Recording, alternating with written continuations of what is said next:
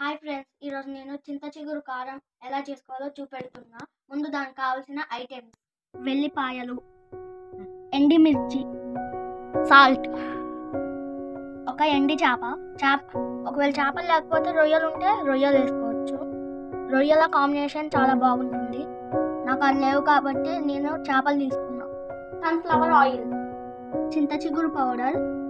దీనికి పాత చిగురు రాలిపోయి కొత్త చిగురు వచ్చినాక, ప్యారెట్ గ్రీన్లోకి ఆ చిగురు వచ్చినాక మొత్తం ఎండబెట్టి పౌడర్ చేసుకొని తీసుకోవాలి. మనం పెనంలో ఆయిల్ పోసుకోవాలి.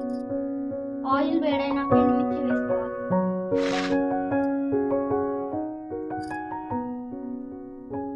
ఎండుమిర్చి మంచిగా వేసుకోవాలి. మిర్చి రంగు మారిన తర్వాత దించుకోవాలి. మనం మిరపకాయలు వేసుకున్న పెనంలో చిన్న చిన్న చేపలుగా కట్ చేసి వేసుకోవాలి.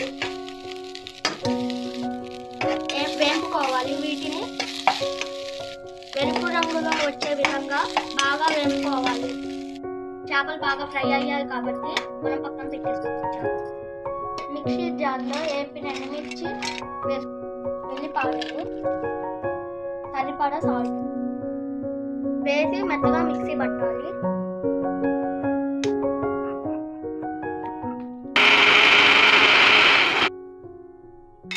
మిర్చి మెత్తగా గ్రైండ్ అయిన తర్వాత చింత చిగురు పౌడర్ వేసుకోవాలి.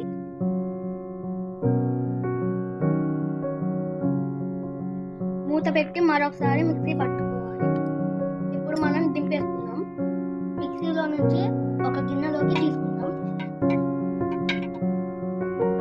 ముందుగా ఆ పౌడర్లో ముందుగా వేయించుకున్న పిండి చేపలు వేసుకుందాం.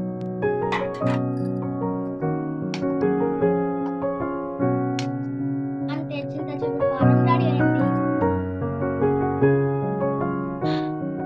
ఇప్పుడు దీన్ని వేడి వేడి అన్నట్లే వేసుకొని తింటే ఉంటది.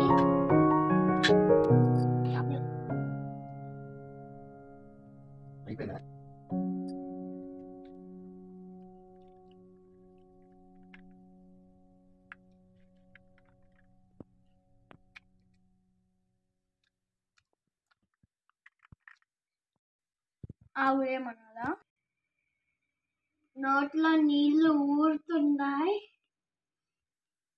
చింత చిగురు కారం సూపర్.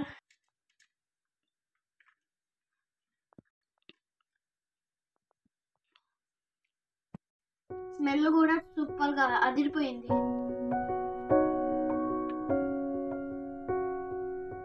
నేను చేసిన చింత చిగురు కారం మీకు నచ్చినట్లయితే లైక్, షేర్, సబ్స్క్రైబ్ అండ్ గంట బెల్ కొట్టండి.